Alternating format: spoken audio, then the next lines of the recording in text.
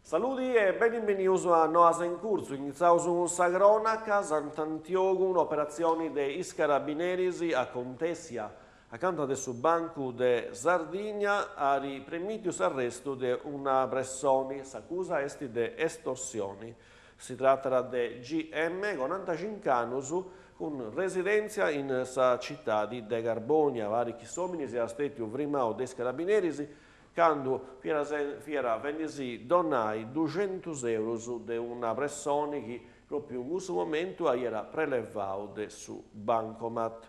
Funti vendisi i carabinieri attrasa indagini può comprendersi ci vuti stati attrasa estorsioni, dunque se ci vuti attrasa vittima.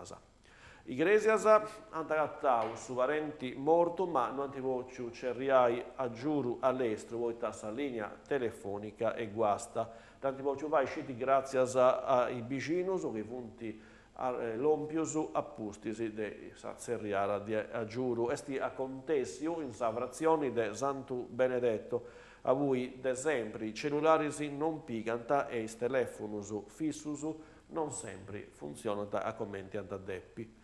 Iglesias mudara su comandanti de sa Guardia de Finanza l'ompiri a Iglesias alcide carta già i comandanti del suo nucleo mobili del suo matessi reparto esti sul cittadino e nasce inteolata in su 1963 ha fatto un'esperienza di importo in Sicilia e della Scantano su esti in noi in Sardegna.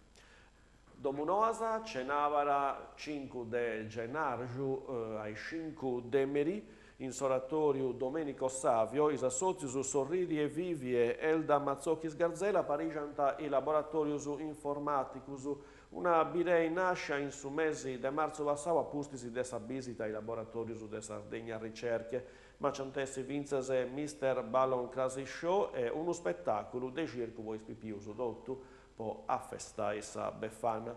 E sarà uso con una noa de sport, Giba, sa Coppa Capodanno, Arabi Grassi, sa finali, su torneo che esti vostra categoria giovanissimi, esti a Parigiao de sa vigici locali, con su patrocinio del suo comune de Giba, Grassi in su campo sportivo del su centro sul cittadino, ai stresi de Megamma, c'aressi sa finali in tre squadra sa Marco Culurgioni Giba, e sa Don Vito Svuoti de Carbonia. E questa vuoi euro per la sua ultima noa, a Bosarto su grazie a queste informazioni in sardo in canale 40, che si va in pregei, si torna su Atto Via Grassi. Adios.